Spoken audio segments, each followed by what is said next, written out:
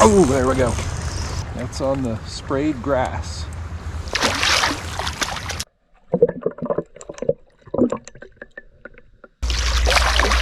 Gotcha.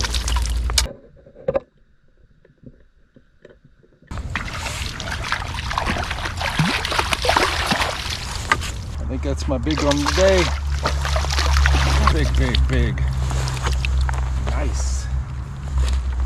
Nice. The longer I fight him, the more chances he has of getting off. He hit this crisply. They really like that purple flake. He whacked it. He went pow. Oh man. You are a fat-headed pig. If it gets to be 20 inches, it'll be 5. So I'm on my favorite river and my favorite kayak with my favorite jig. Oh, little black jig. And I'm due. I went all the way through Florida on a dealer visit run with Boondocks pulling the trailer, and I think I visited 17 dealers this last run, and I'm getting ready to do another here soon. But this was my one shot I had at getting out on home water before getting back on the road for Boondocks. We have cool things coming. We have really cool things coming. I'm gonna keep that jerkbait out. So I got 3 rods. I'm gonna throw that, what is that, Vision 110. I don't know if I've caught one on it yet. Earlier this winter I gave it a shot. You saw the black jig, Finesse jig of my own creation with the bat wings. And then that's what I left them chewing last time. This is the 4-inch stented jerk shad and Houdini on that rigging bullets. We'll see how it goes today. You know, I got about 6 hours. Tail ends of islands are always a good bet. I feel weight, but I haven't felt anything fight. This is probably, yep. Got my first stick fish of the day. Huh. All right, I'm a little disappointed. I just watched this in the water. It's supposed to suspend. It actually floats right up to the surface on its nose. That's not gonna work. The suspending jerkbait is, I like it if it suspends perfectly, that's what you want.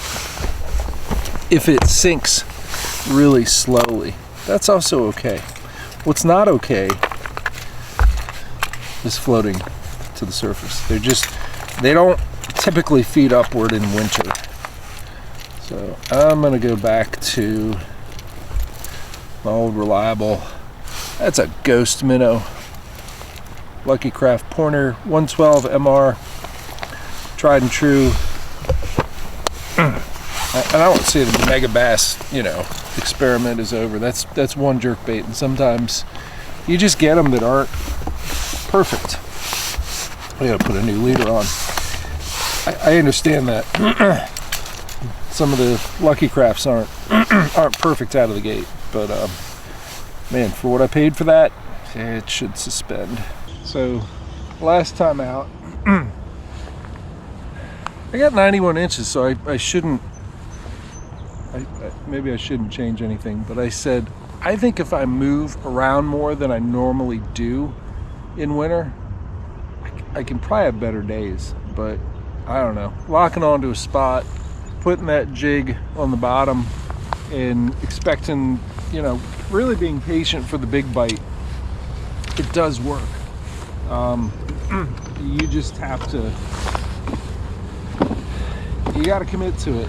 And with a jerk bait, I can't, it just doesn't fit for doing that. Jerk bait, I think, is a bait that you move a little bit more, and that's why I put the jerk bait on right away and threw it.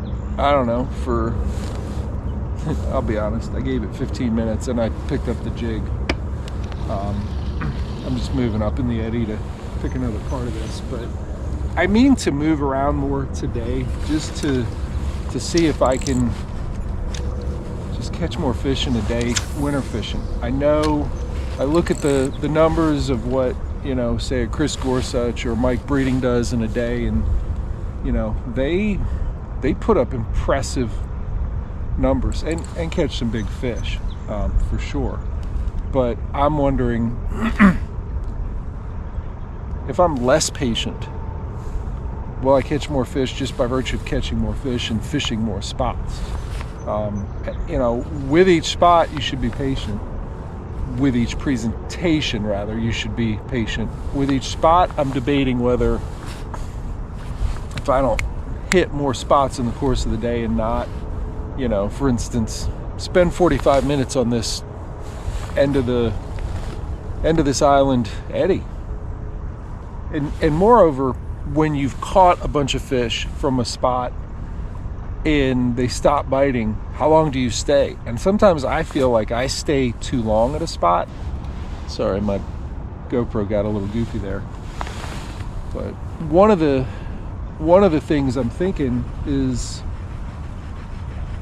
if I'm patient with each presentation, but maybe not totally patient with each spot, I can catch more quality fish over the course of the day.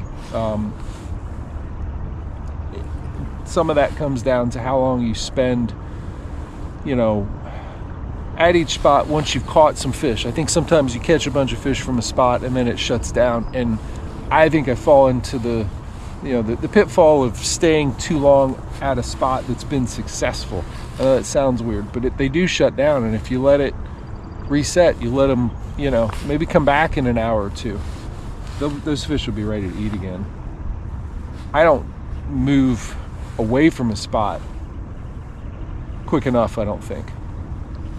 Even though I have total faith in this spot having fish, I really do. Like, I know from past experience, they are here. But that doesn't mean they're ready to bite. So there's a disturbance out here. I think it's a ledge rock up there. And I'm hoping there's some part of this that's still enough to hold them. It's fairly turbulent at the top. Just gonna chuck it in there, see if the jig finds a place to calm down enough to not be swept through. So I just pulled into this eddy in this big gravel bar here.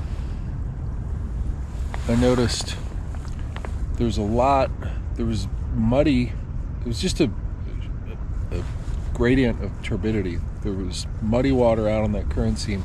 I pull in here, it's nice and green. Just put that rear anchor down real quick. The fish was in front of me.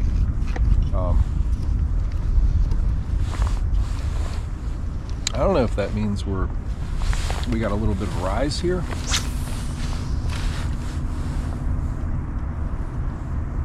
I don't know.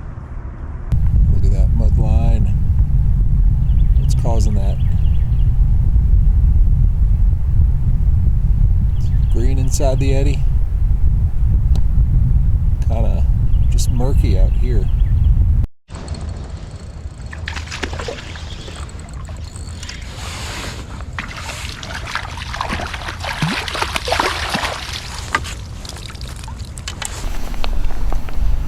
Well, that felt good. Having them hit a jig always feels good. So, nice thick 17 1/4 incher on the jig. Look at that tail. He's cold. This water's cold. So he was on that mud line, and I'm starting to wonder, is the mud line just there because there's a bunch of carp, and smallmouth mucking up an area, because it's clear here. It's clear out in the middle, but on that current seam, mud. I don't know. I'm gonna let him go, see if I can catch a few more here.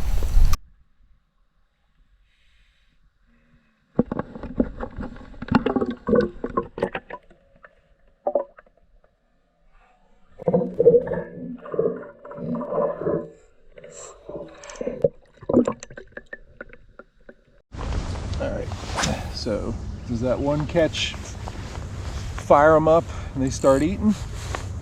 Or does the release of that fish right back into where the other ones are shut them down? I bet you I get a couple bites here and it lasts for a while and it shuts back down. That sat a long time in one spot, and I was for sure patient with it. I mean, 5 minutes in the same spot. I just have faith in this area, but that's doing what I did last time. It's not the moving quick, and I don't know, can you keep moving quick and have these types of presentations and hit a bunch of spots in a day? Don't know, but it's a good start. Nice fish, nice tall fish. All right, so I'm standing up, looking in the shallows here. But this sun, I think it's starting to warm up the shallow water. We may get a shallow water minnow bite because I'm seeing bait fish move here. Let's see if I can. Ooh, something just moved there. Let's see if I can focus in on something. I can probably do better with the dome. But yeah, I don't think this is gonna convey.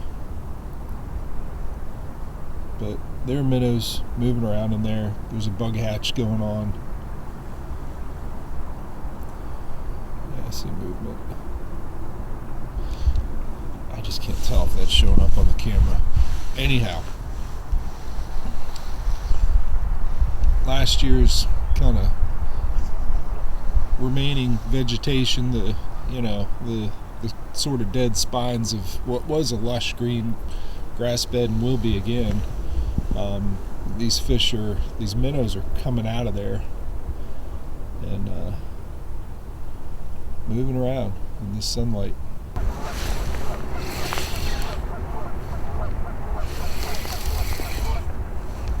Felt funny. That one messing with it. I'm gonna get that back in there. I gotta tell you though, this whole like, hey, I'm gonna hit a whole bunch of spots real quick. That game plan is not happening. It's just my habit. Like,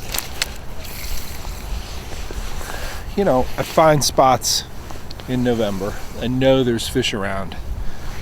And my MO in winter is to lock down on a spot.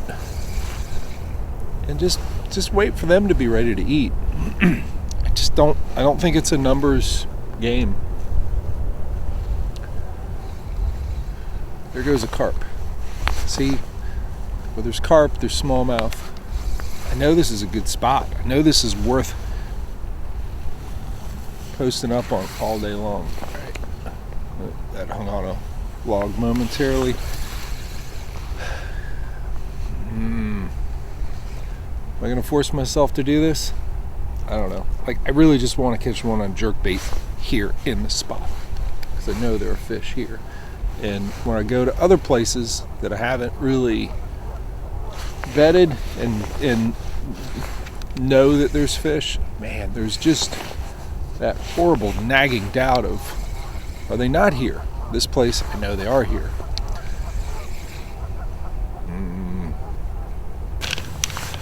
All right, I've worked this for an hour and a half here, which is exactly what I said I wouldn't do.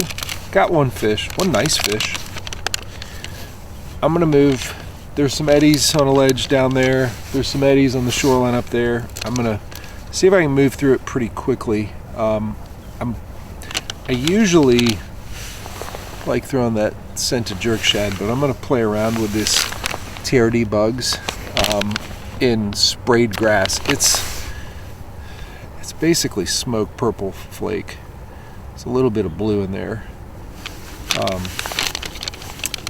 Smoked purple flake on this river in winter it's a good option. They eat it. And honestly, if I had a scented jerk shad that was sprayed grass, which is smoked purple flake, I would use it. But going small on the rigging bullets, smaller profile in tight little eddies below this ledge, I think might be a good thing, just because it has very little resistance. There's no appendages. I mean, there are appendages on this, but they're streamlined. It's gonna shoot down there and then sit down there like this, which is good. We'll give it a shot. Small baits like this in winter, bottom bouncing with a small bait in winter is good. I don't feel the need to go small with a jerk bait in winter. I don't know why. Like, you don't need to. But they'll eat these little things. I should cast it right here, but I should leave. I need to leave. Gotta go. See a different hole. I've had the jerk bait sitting out there the whole time. Like, just pendulum swing down to the bottom of the eddy and just hang there. And yes, this one, that one, suspended the pointer 112 MR perfectly. Wherever I left it, that's where it stayed. All right, anchors up, throttle down, let's go.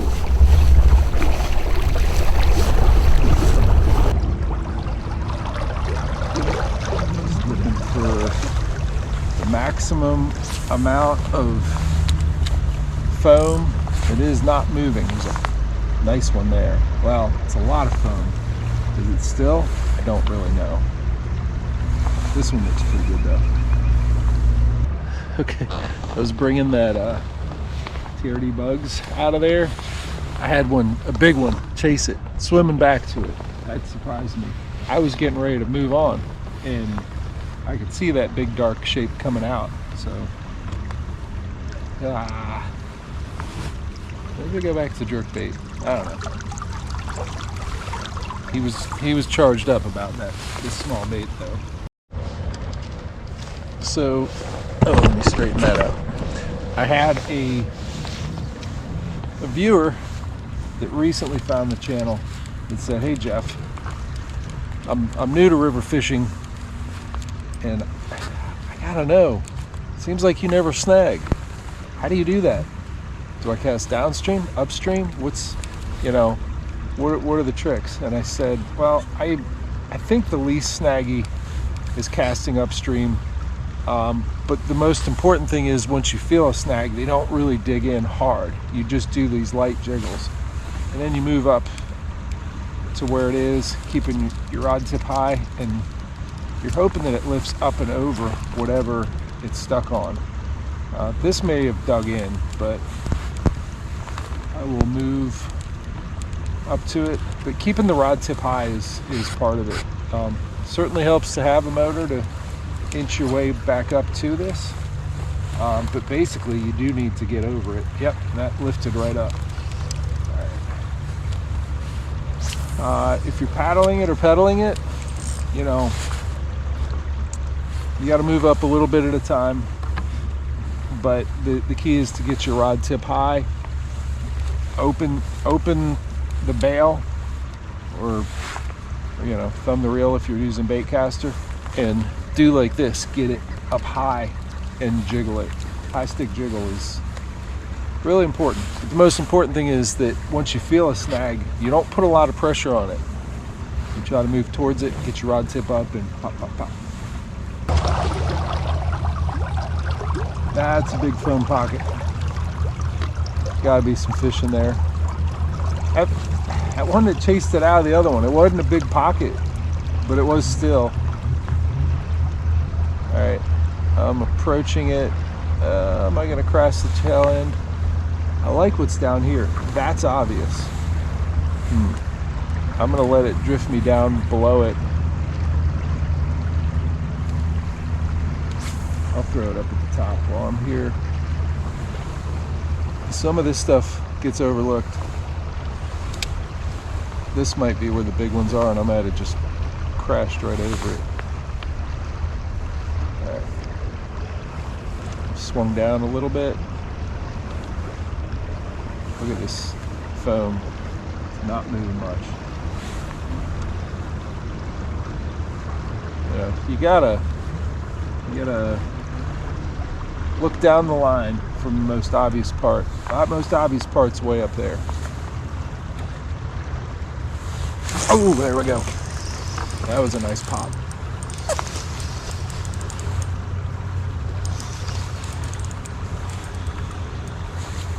Right.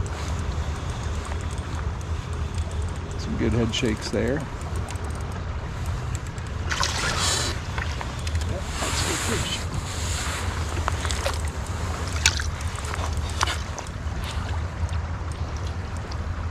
That's on the sprayed grass.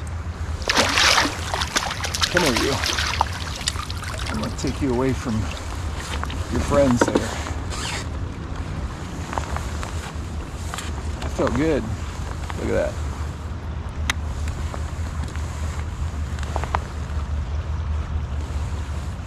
People worry about that little hook. My results have been good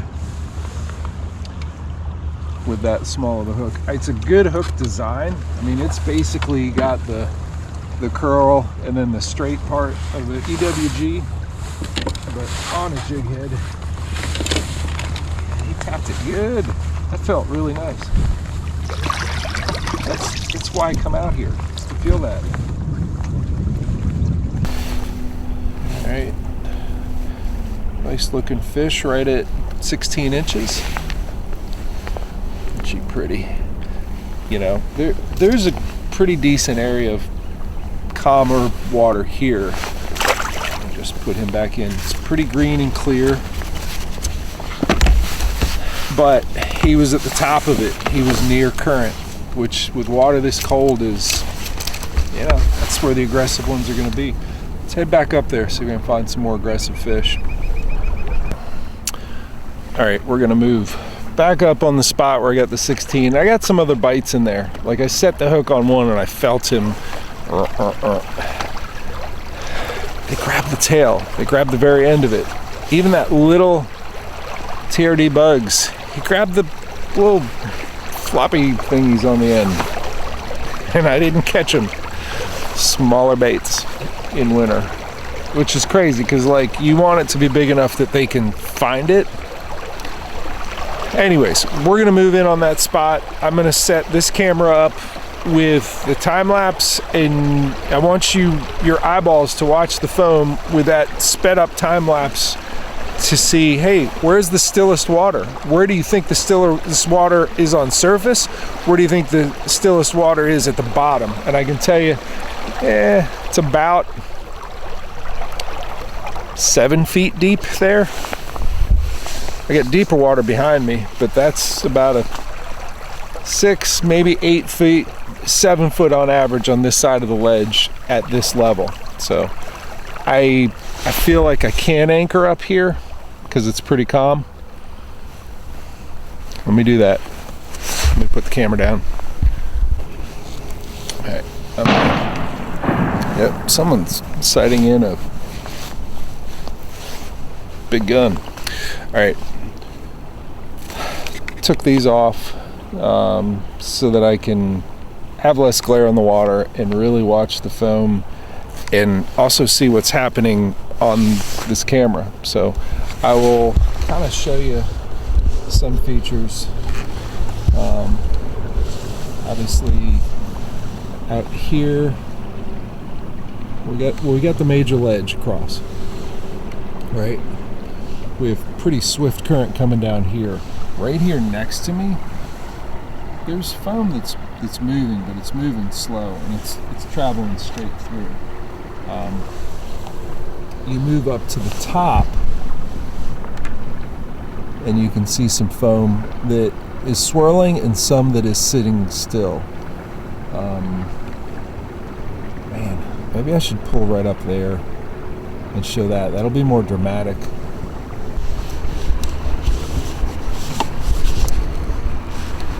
Alright, I am doubled anchored, and I want you to just sit here and watch this foam. Understand that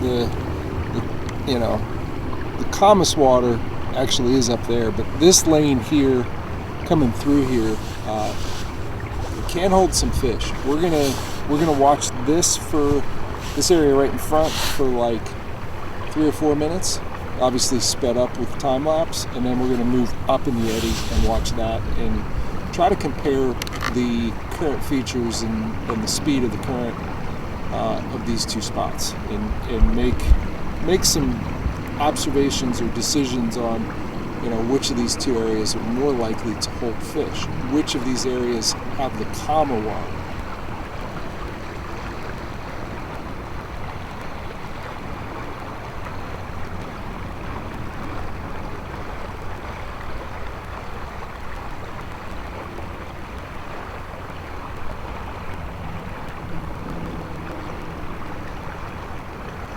Okay, so what I'm assessing, looking at it in real time, is, that ledge up there is creating a current seam that comes down here, and one that goes there, and right in the middle, up at the top, we're going to get closer and look at that, continues down here, and it's mostly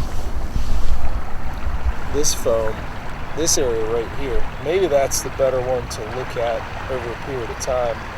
It's moving through pretty quick right where I'm sitting, but 5 feet out from the side of the boat, the current picks up, a little bit stronger. Maybe a little bit too much current back here, but it's still worth trying, because the current that you see on the surface isn't necessarily the current you see at the bottom. So let's move up. I would fish this. I would fish right in the center of the frame. In fact, I did. There could be one back here, but we're going to move to up to the top. Before we do this time lapse, I'm gonna catch one where I think they are. There's a lot of nice foam piling up. It's not totally still, but I think it's a neat spot. We'll look at the time lapse here in just a moment. All right, that would have been more impressive if I had pulled up and said, I think he's coming from there, and then caught it. Didn't happen that way. I will tell you that the 16 that I got was right in here. So you have, this large area of foam here that's kind of billowing in on this side and running straight past it on this side. I still think that's a neat spot there, but the 16 was off of it a little bit. He was back here. So I'm going to show you 2 different time lapses. One, we're going to look across right here, and then the second, I'm going to pivot and we're going to look right up there. All right, let's go.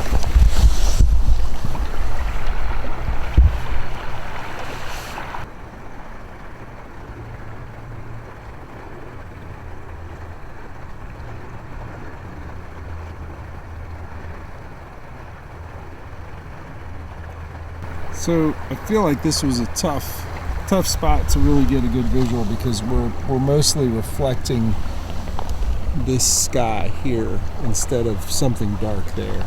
So we're gonna pivot, but I can tell you that fish was right in here, and the foam there. Let me see if I can zoom in on the quality. I mean, there's some turbulence rolling through, but there are some pockets right in there where it's just sitting. It grows as you come up here. Let me see if I can hold this one steady enough to. It's tough, even though I'm double anchored. There is some swinging, but let's look at the top of the eddy. I'm gonna actually let me stand up and see if that helps the angle. So these difficulties and optics of getting it on video camera are the same challenges we have with our eyeballs, but probably a little bit more pronounced. I do like this because I feel like you have the same reflection of the sky, but I also feel like the darkness of the river bottom is coming up through that. So let me see if I can hold steady for long enough to get a time lapse that makes sense on this.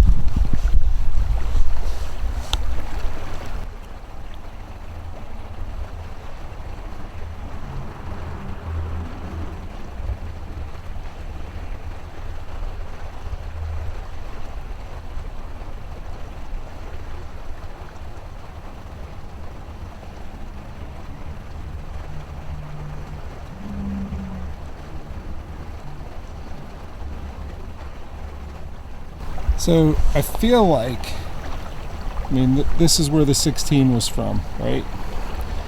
I feel like that last one showed this area in a little bit better light to see that there's some stalling out of foam right in here, okay?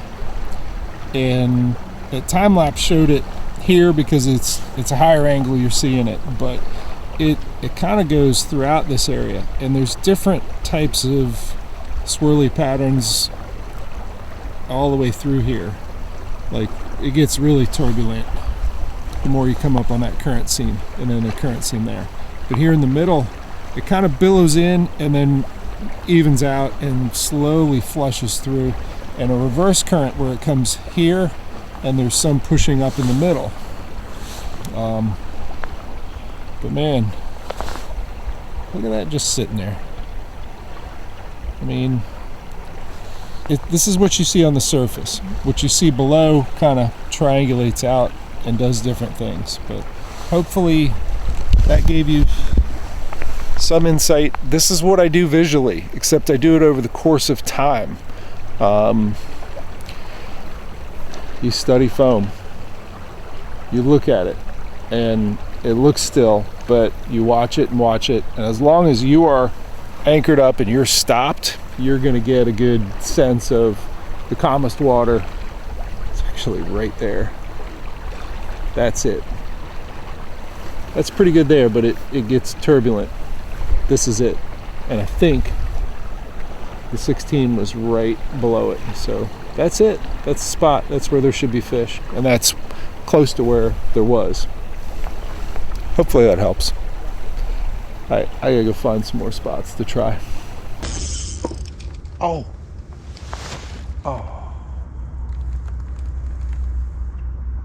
Dang it. I talked about how that hook holds fish, and now it didn't.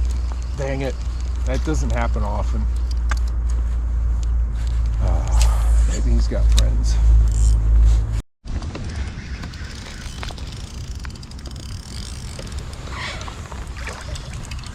I like that sprayed grass. That's a big one. I think that's my big one today. If I can get you in the net. Ooh, he is big. Big. Nice.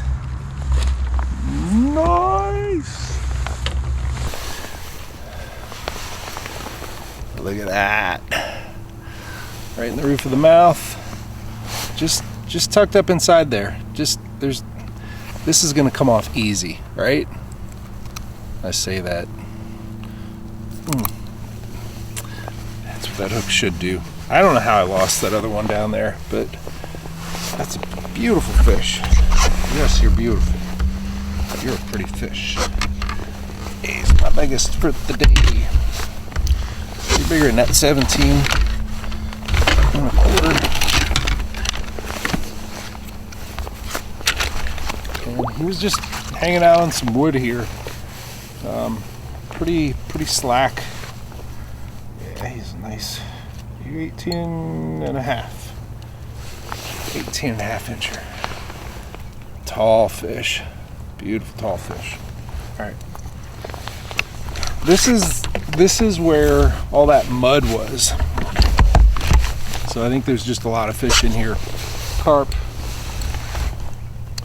smallmouth, whatever.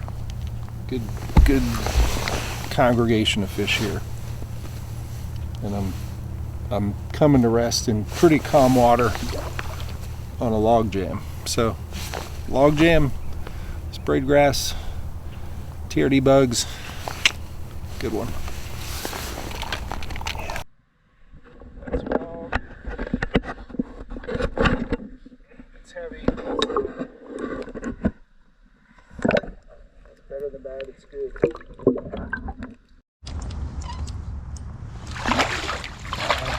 Another little one on another piece of wood and fairly slack current. There's a little log up there. Should be some slack water on the backside. I can read the foam. I also read the stonefly hatch. It's just sitting there.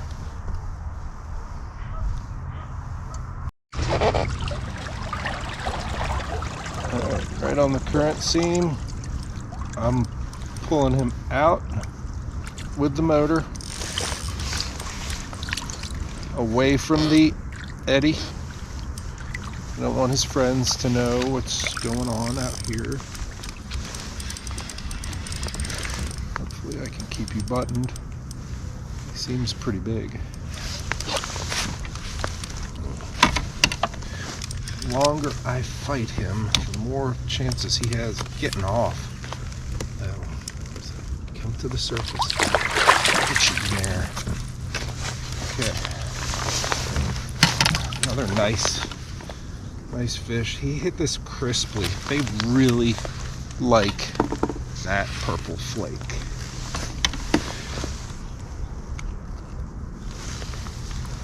Nice fish. Let's see what he is.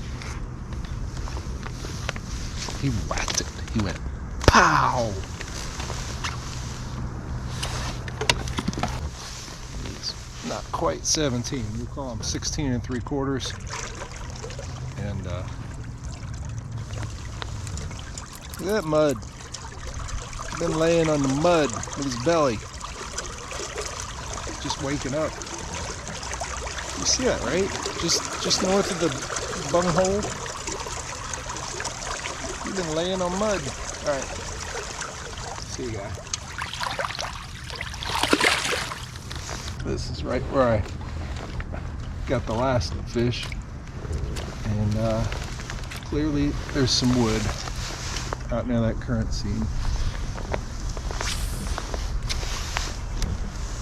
Definitely felt like wood. Wood is good. GoPro stop. Ooh. Oh, I was about to tell it to stop recording, but let's run you out again on that current seam with wood. You're a chunk. Oh man. You are a fat-headed pig. Yep, you are not especially long, but you are a big fish. This is one of those fish that if it gets to be 20 inches, it'll be 5. Golly. The weight. The just utter chunkiness. Yeah, we're gonna get some measurements. Some weight and length. This is a stout fish. It almost looks like a drum. Did I really just catch a drum, not a smallmouth? Look at you. Alright, look at that. Look how tall you are. First, you are 16 and a half. But you are a heavy 16 and a half.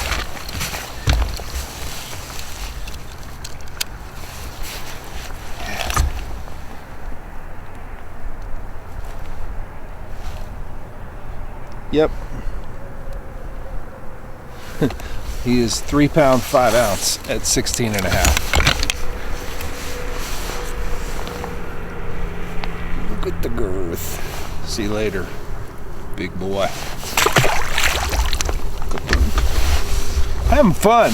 They're eating this purple flake thing. Happy. So I've caught a bunch on this plastic. Plastic's fine. Checking the hook. Yeah, the hook is still sticky. But that is roughed up. So we are gonna get rid of, I don't know, 2-3 inches of line. Retie it. Avoid the heartbreak of something truly huge being able to saw through what 6 or 16 other fish have sawed through. I caught a bunch of fish on this last time out, so I was overdue for a retie.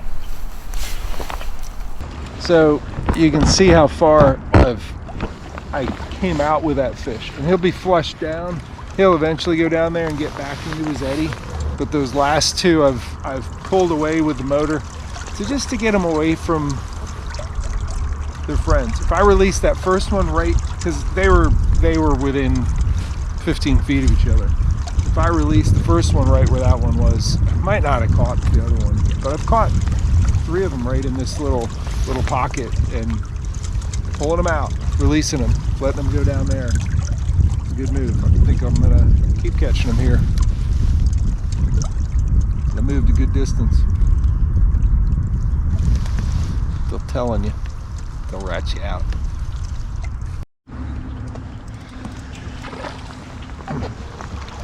Right, moved up, found some more wood, found some more fish. Man, they whack it like this.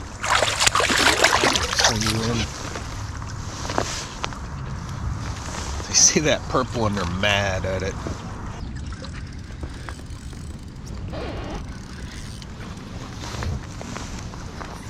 Next cast back in there. I probably should have bait with you, but I moved it to about 20. Probably another 16-incher. I get a lot in that 16-inch range. It's good. Good. I'm not even gonna measure you. These bugs on the lenses. So I want you to listen. I'm gonna shut up and you're gonna listen. You tell me what you hear.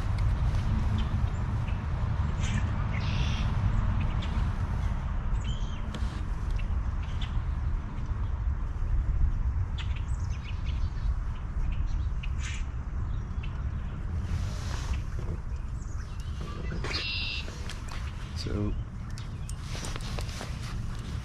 I've had a flurry of hits. I've caught a bunch of fish here. Boom, boom, boom, boom. And what I didn't hear before, when it was slow, was birds. And I'm assuming this is one of the feeding times, because the birds get active the same time the fish do. And you just listen. I hear those red-winged blackbirds. I don't know what that is. Some other kind of songbird. I hear finches. Is it a finch? I don't know, man. I'm hearing a lot of birds. And there's a bunch of birds here? No. I think what's going on is it's a major feeding time, and I got some spots that I want to check out, but I don't know that they always hold fish in winter. But when it is a feeding time and you're getting the bites, it's good to go to a place where you don't have a lot of confidence, don't have experience knowing that they are there, but you're curious, you think it makes sense. I got 2 of them coming up here. I'm going to spend a little bit of time, actually I'm going to try that, because that looks like good film. I'm going to try a little bit of, I'm going to work these couple spots that I'm curious about, and then I'm going to get back to where I know the fish are, because I know that I'm going to catch a bunch of them where I know they are, because they're all eating. Let's see if they're eating here.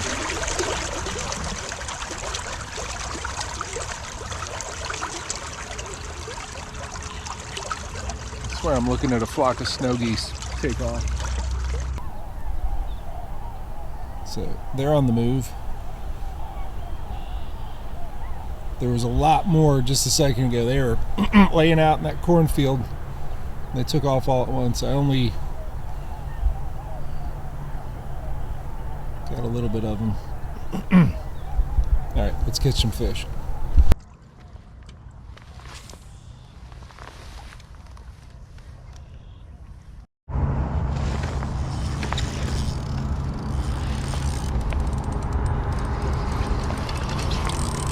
Yep, that's in one of the spots I wanted to check out. That's a better fish. That is why you explore new areas when birds are chirping. Nice.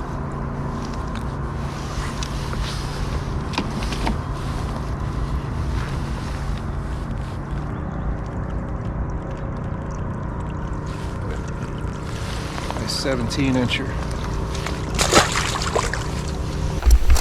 So this is sort of what I was hoping I would do earlier in the day, and I didn't have the confidence to run and hit different spots like quickly. Now I do, because they're chewing. So let me go back. I'm gonna hit the place where I got that first 17 1/4, spend 5 minutes on it, and move down to where I've caught some of the other ones, you know, early afternoon. Just keep moving. There's some areas further down I want to work. Yep. All right, let's pull up on this money spot and give it a shot. So it slowed down again. We had a flurry of activity. And I still hear birds that are maybe not as active as they were a half hour ago, 40 minutes ago. But I still hear them. Like, for sure, there was a burst of nature activity. And did it just subside? Is it over? Has it happened and now fishing is back to tough? Or is it me? Is it my fault?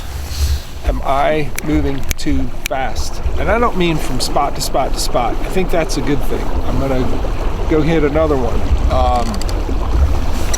That's what I was talking about at the beginning of the day, something I need to do more. But I mean the individual presentation. Am I impatient with it, leaving it in one spot, which is how I've been getting bit with this TRD BugZ. Cast it in there, let them find it. They're hitting it hard. They're letting me know, yeah, I'm down here, Jeff. I got your bait. It's tasty. Purple's my favorite color. You know, I think it happens. I think when Finesse is the bite,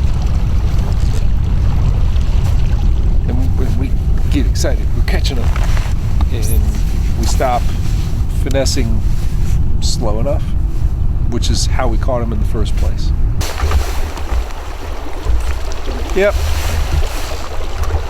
It's been close to 2 hours since I got a bite. That's so winter fishing. It's just the nature of it. Like, there's a flurry of hits and boom, boom, boom, boom, you're catching, you're like, yes, I'm good at this. I know what I'm doing. And then all of a sudden the fish say, no, you're not. You're not good at this. You actually suck at this. They tell you that for 2 hours. You know, we're getting close to the sun going down. I always pick a couple up late in the day. Do I go back to, you know, my surefire spot? I'm still exploring. I'm still kind of branching out and, you know, working other areas. But I kind of feel like for that dusk bite, I need to get back to where I feel confident there are fish. But I did I did broaden my understanding of this area and find really two, I don't want to say new areas, but two areas that I wasn't sure that there was fish, but I suspected.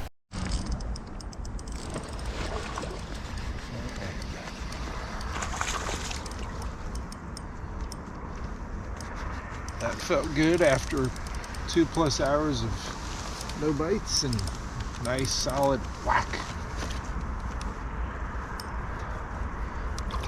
The dusk bite.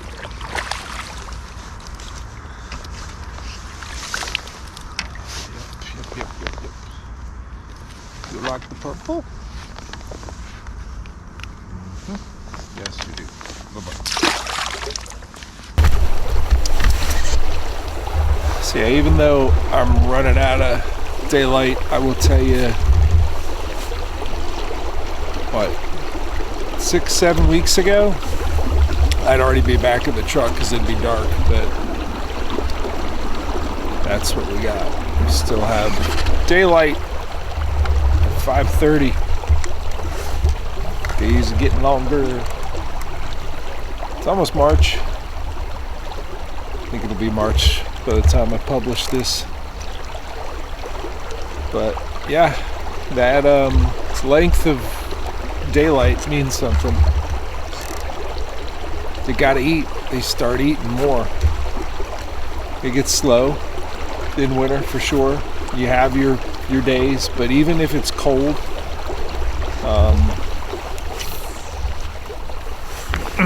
you know, even if it's cold in late February, early March, they're gonna eat.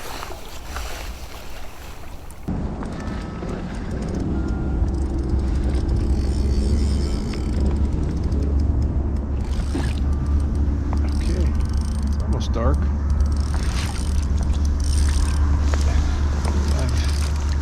I've stayed out well after the sun was down. Just don't want it to end. If you want it to end, you just want to go back to your spot. Think about purple. Oh. Lover. It's been a good day.